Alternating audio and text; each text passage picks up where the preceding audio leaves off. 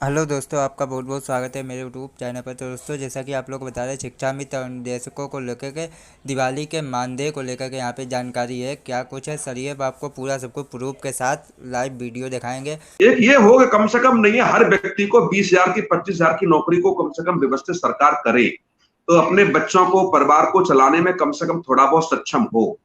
अभी आप बेरोजगारी की बात देख लीजिए, बहुत सारे ऐसे बेरोजगार हैं जहां सब डिग्रियां हैं लेकिन उनको शर्म आती है घर में बैठने पे। उन डिग्रियों का करें क्या? वो एक रोटी कमा के लाके घर में नहीं दे सकते। बोलो क्या करेंगे? बहुत से आप अनुदेशक देखिए, अभी विक्रम सिंह साहब बैठे हुए हैं, इनसे आप पूछिए कि 7,000 अब 9,000 मिल रहे हैं, 9,000 में कैसे परिवार चलाएंगे रे? यदि इनके माँ बाप और घर में 2-4 बच्चे हैं, बीबी है, तो 9,000 में नहीं चला सकते। उसकी आधी सैलरी तो कम से कम पेट्रोल में निकल जाती होगी इनकी, जब बाइक से या बस से जाते होंगे पढ़ाने के लिए। इस समानता की मैं बात कर रहा था। पेंशन बहुत आवश्यक है, होना चाहिए, ये स्वागत योग्य कदम है। लेकिन इससे भी ज्यादा मुझे लगता है कि ऐसे अनुदेशकों की, इस तरीके से संविदा पर जो लोग बैठे हुए हैं, उनकी भी सरकार सुन लेती एक बार के लिए, उनके लिए भी कोई योजना ऐसी लेके आती तो और ज्यादा खुशी होती।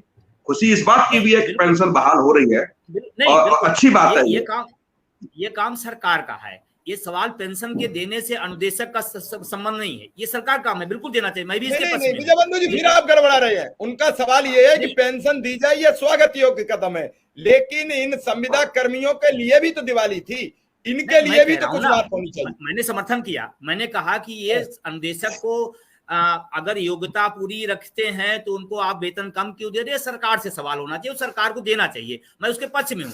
लेकिन ये सवाल ये नहीं कि पेंशन से और अनुदेशक से कोई लेना देना है।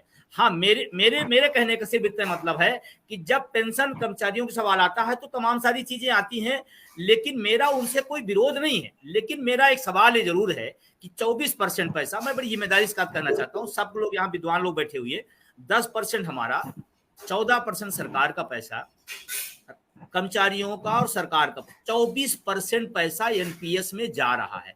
इस पैसे का कभी कोई आंकड़ा बना ले, कोई हिसाब लगा दे और हमें बता दें कि हाँ, ये पैसा कहाँ जा रहा है और कौन खर्च कर रहा है, कौन इसको यूज कर रहा है। 24% बहुत होता है। 80 लाख गुणे अगर हम एवरेज में मान लें 5 से 7,000 रुपए, और 80 लाख गुणे 7,000 हम कर दें तो डिजिट हमारे पास नहीं आ पाती है।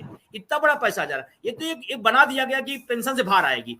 जिस दिन 24% का आंकड़ा सरकार लगा लेगी, उस दिन सरकार के भी समझ में आ जाएगा कि जो पुरानी व्यवस्था थी वो सरकार के लिए भी, कर्मचारी के लिए और देश के लिए, दोनों के तीनों के लिए फायदेमंद था।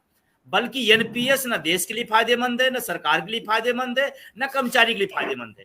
हम उस पर सवाल उठा रहे हैं। पैसा कॉर्पोरेट को जा रहा है जो नुकसानदेह है। बिल्कुल बिल्कुल, आगे बढ़ेंगे। हमारे साथ आदरणीय सुरेंद्र भाई जुड़ चुके हैं, मैं उनका भी स्वागत करता हूं। विक्रम सिंह जुड़े हैं, उनका भी स्वागत करता हूं। और मैं सीधा अभी जो बलवंत जी ने कही बड़ी बात, मैं छोटा सा एक सवाल बलवंत जी से और लूंगा, फिर मैं आगे बढ़ूंगा। बलवंत जी, हिमाचल का चुनाव तैयार है, क्या गुड़ा भाग कह रहा है आपका?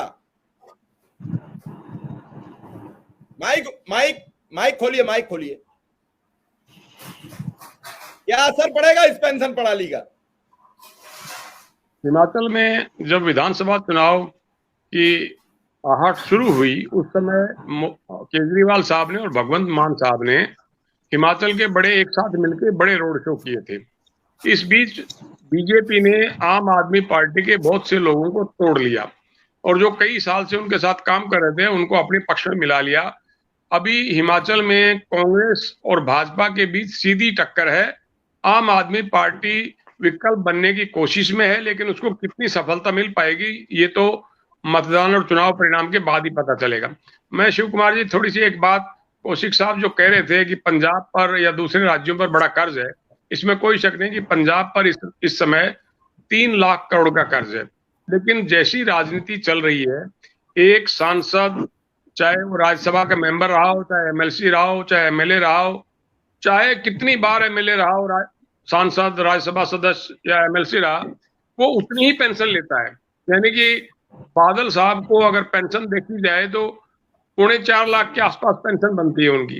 एक कर्मचारी अगर 40 साल काम करे, आप उसकी तो पेंशन बंद कर देते हैं। लेकिन आप अपने लिए जब भी विधानसभा में बैठते हैं, मुझे पता है हरियाणा विधानसभा में मुख्यमंत्री ने कहा था एक बार कि अगर मैं तुम्हारी तनख्वाह में कोई इजाफा करता हूं, पेंशन बढ़ाता हूं, तो कोई एक आदमी भी अगर विरोध करेगा, कोई विधायक, तो मैं वो फैसला बदल दूंगा। आप देखिए प्रस्ताव 1 सेकंड में सर्वसम्मति से पारित हो गया, जितना मन चाहा उन्होंने अपनी पेंशन बढ़ा ली। आम आदमी पार्टी की सरकार पंजाब में एक काम जो अच्छा कर रही है, वो सबसे बड़ा काम ये है कि आप कितनी बार विधायक रहे हो, आपको पेंशन एक मिलेगी। उन्होंने कैबिनेट में एक फैसला किया, ऑर्डिनेंस जारी किया, तो गवर्नर साहब ने उसको इसलिए रोक दिया कि विधानसभा का सेशन होने वाला है, इसलिए आपको ऑर्डिनेंस जारी करने की जरूरत नहीं है। विधानसभा में किया, वो कुछ लोग उसके। तो दोस्तों बस यही जानकारी थी। अगर आपको अच्छी लगी हो तो लाइक कर लेना, चैनल को सब्सक्राइब कर लेना, ताकि आपको इसी तरीके की जानकारी आगे भी देते रहेंगे। धन्यवाद।